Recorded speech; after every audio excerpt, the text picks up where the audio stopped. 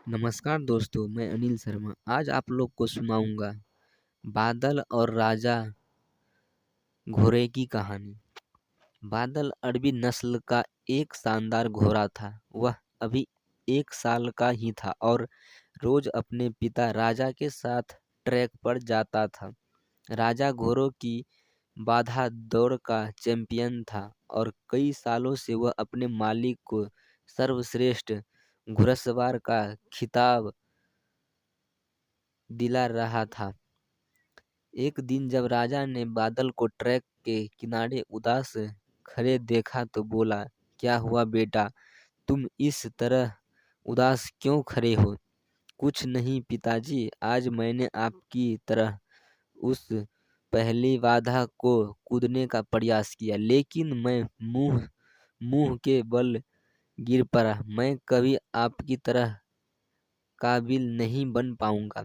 राजा बादल की बात समझ गया। अगले दिन सुबह सुबह वह बादल को लेकर ट्रैक पर आया और एक लकड़ी के लठ की तरफ इशारा करते हुए बोला, चलो बादल, जरा उसे लठ के ऊपर से कूद कर तो दिखाओ।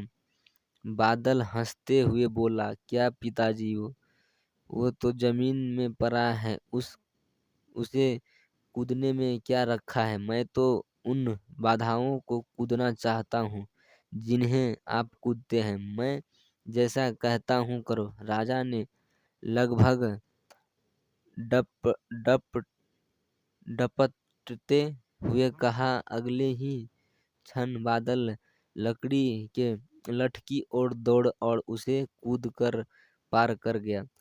शाबाश, ऐसे ही बार बार कूद कर दिखाओ। राजा उसका उत्साह बढ़ाता रहा। अगले दिन बादल उत्साहित था कि शायद आज उसे बड़ी बाधाओं को कूदने का मौका मिले, पर राजा ने फिर उसी लठ को कूदने का निर्देश दिया। करीब 1 हफ्ते ऐसे ही चलता रहा। फिर उसके बाद राजा ने बादल से थोड़ा और बड़े लठ कूदने की प्रैक्टिस करवाई। इस तरह हर हफ्ते थोड़ा थोड़ा करके बादल के कूदने की क्षमता बढ़ती गई और एक दिन वो भी आ गया। अब राजा उसे ट्रैक पर ले गया। महीनों बाद आज एक बार फिर बादल उसी बाधा के सामने खड़ा था जिस पर पिछली बार वह मुंह के बल गिर पड़ा था। बादल ने दौड़ना शुरू किया। उसके टापों की आवाज साफ सुनी जा सकती थी। 1 2 3 जंप और बादल बाधा के उस पार था। आज बादल की खुशी का ठिकाना न था।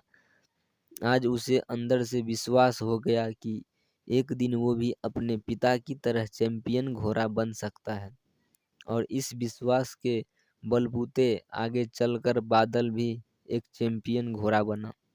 तो दोस्तों, आज का कहानी यही था। अगर अच्छा लगा तो चैनल को सब्सक्राइब कर देना और एक लाइक ज़रूर कर देना। तो मिलते हैं अगले वीडियो में।